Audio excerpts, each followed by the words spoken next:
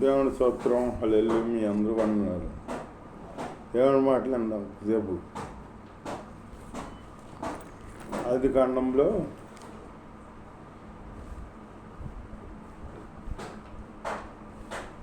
అబ్రాహం కుమారుడికి ఇస్సాకు పెళ్లి చేశాడు కదా. అబ్రాహము ఇస్సాకు పెళ్ళి అయిన తర్వాత మళ్ళీ అబ్రాహం పెళ్లి చేసుకున్నాడు. మళ్ళీ పెళ్లి చేసుకున్నాడు. ఆవిడ పేరు ఏంటంటే కెతూరా అన్న అవన్నీ చేసుకున్నాడు అన్నమాట అబ్రాహం. మనలో అయితే ఉంటారా, నీకు ఇప్పుడు పెళ్ళి కావాల్సి వచ్చిందా, పిల్లల సుఖం కావాలా, నీకు సుఖం కావాలా అంటారు. మనోళ్ళు అయితే ఏదేదో మాట్లాడతారు. వాళ్ళు అట్లా మాట్లాడలేం. ఇస్సాకు ఉన్నాడు, ఇస్మాయిల్ ఉన్నాడు కదా, 2 కొడుకులు ఉన్నారు. అయినా వాళ్ళు ఏమనలా. అబ్రాహం పెళ్లి చేసుకున్నాడు. ఎందుకంటే మన వాళ్ళు ఏంటి, ఇప్పుడు 50 సంవత్సరాలు ఉన్నప్పటికే ఇంకా భార్య చనిపోతే మరి నీకు పెళ్ళి కావాలా మళ్ళీ అంటారన్నమాట. ఈ అబ్రాహంకి దగ్గర 100 పైనే ఉన్నాయి. దగ్గర 150 సంవత్సరాలు ఉంటాయి. అరే అప్పుడు పెళ్లి చేసుకున్నాడు అబ్రాహం అప్పుడు పెళ్లి చేసుకున్నాడు అన్నమాట. పెళ్లి చేసుకుంటే మన నీకు పెళ్లి కావాల్సి వస్తుందా అంటారు పడవాళ్ళు. అయితే వాళ్ళు అట్లా అనలా.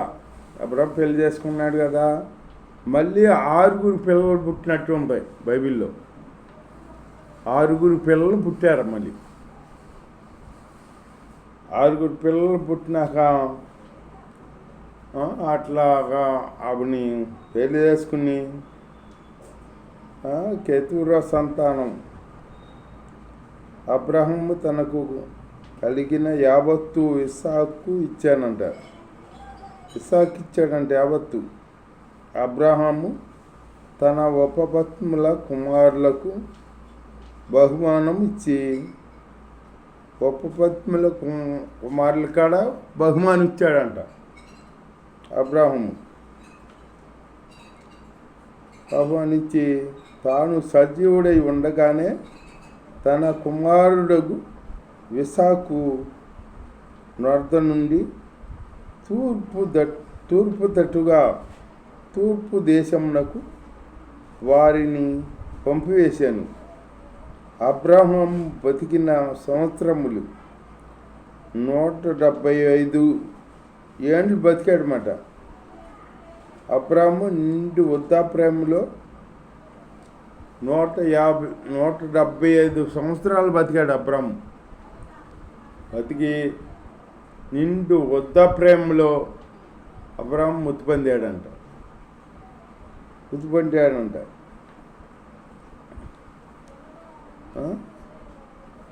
పొందితే అప్పుడు ఏతు కుమారుల వద్ద కొనిన పొలంలోనే అబ్రహామును అతని భార్య అయిన శారాను పాతిపెట్టిరి.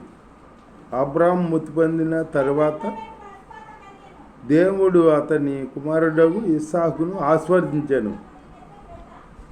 అప్పుడు ఇస్సాకు బయలు దగ్గర కాపురం ఉండేను. ఇస్సాకుని ఆశీర్వదించాడంట అబ్రాహం చనిపోయాక. దేవుడి స్తోత్రం. హల్లెలూయా. అప్పుడు అబ్రాహము దాసి ఆగరు ఉంది కదా, ఆగరు కాడ కుమారుడు ఇస్మాయిల్ పుట్టాడు కదా. ఆగరవు శారా దాసి అయిన ఆగరవు అబ్రాహ్మణకు కన్నిన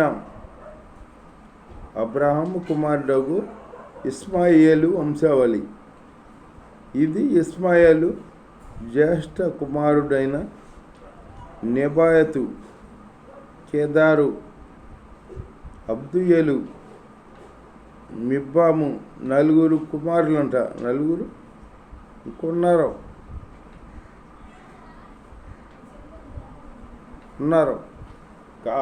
ఇస్మాయిల్ కడపిల్లలు పుట్టారు, దగ్గర ఒక 8 దాకా. అప్పుడు ఇస్మాయిల్ కుమారుల యొక్క పేర్లు: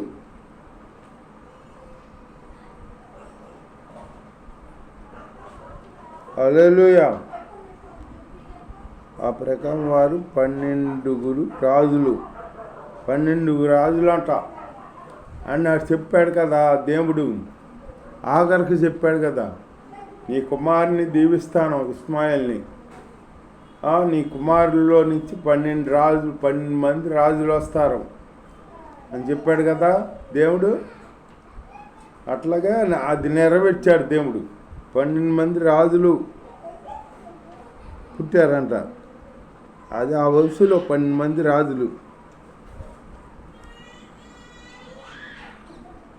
దేవుడు స్తోత్రం, హల్లెలూయా. అప్పుడు ఇస్మాయిలు ఆడ వృద్ధాప్యంగా వచ్చేసాడనమాట. వచ్చేసి ఇస్మాయిలు బ్రతికిన సంవత్సరములు 130 ఏండ్లు. 130 ఏండ్లు బతికాడు అబ్రాము. ఇస్మాయిలు 130 ఏండ్లు బతికాడు. అప్పుడు ఇస్మాయిల్ని కాడ భూస్థాపన చేశారు. అక్కడ అబ్రాము కొన్నాడు కదా, హేతు కుమారుల్లో పొలం శ్మశాన భూమిగా కొన్నాడు కదా. ఆ భూమి అక్కడే ఆ స్థలంలోని వీళ్ళందరినీ పాతిపెట్టారనమాట.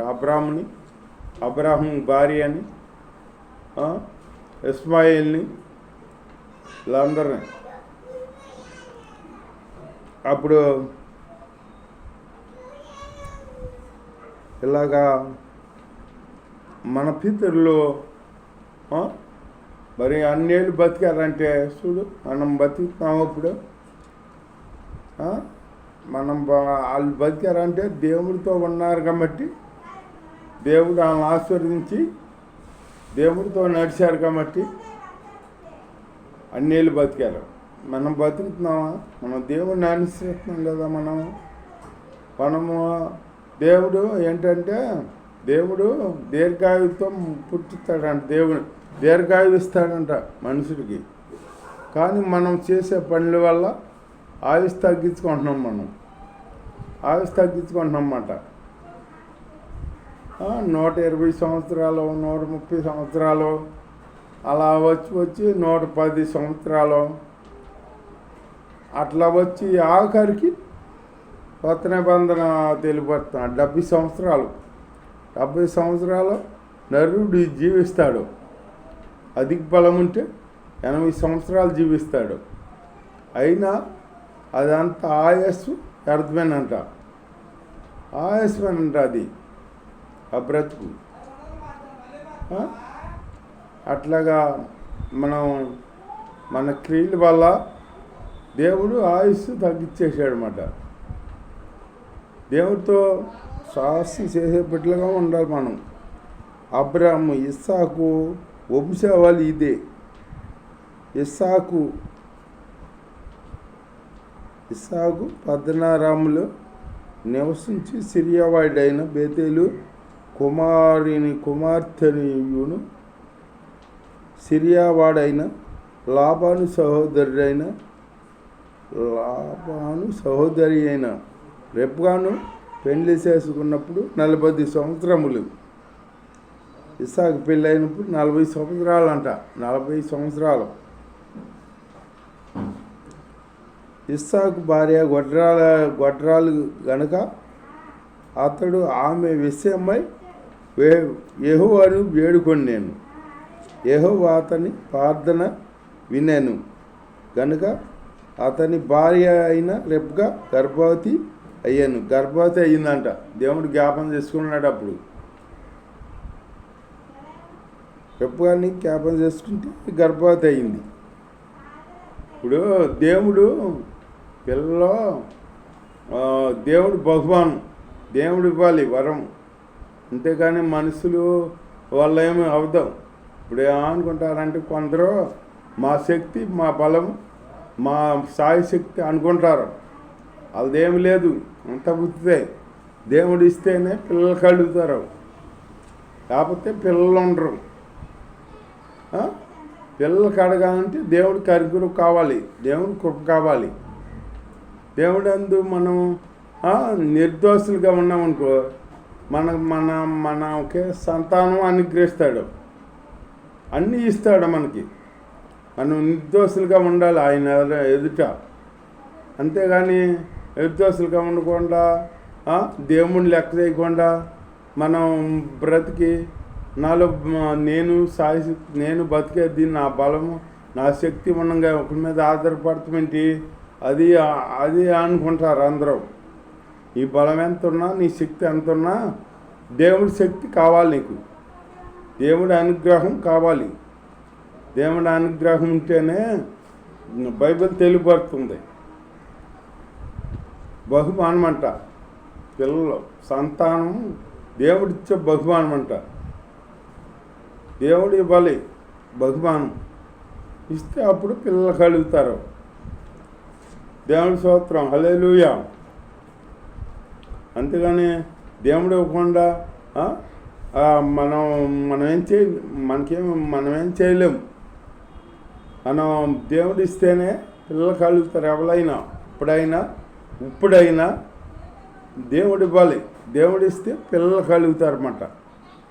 అప్పుడు చూడు, ఎవరైనా నీకు ఇంకా పెళ్ళయ్యి 15 సంవత్సరాలు అయింది, 10 సంవత్సరాలు అయింది, ఇంకా పిల్లలు లేరు నీకు అంటారు చూడు.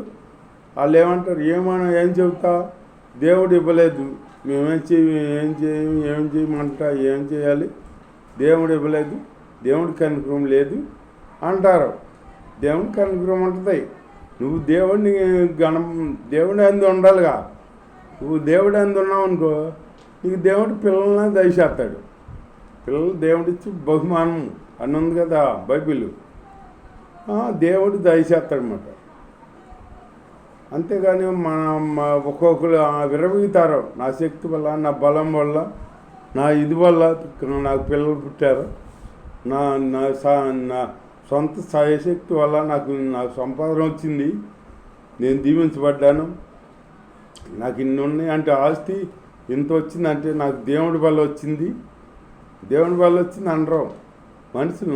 నా తెలివి, నా జ్ఞానం, నేను పాటుపడాను, నేను శ్రమించాను, కష్టపడ్డాను, అందుకే నాకు ఇలా నేను సంపాదించుకున్నాను అంటారు.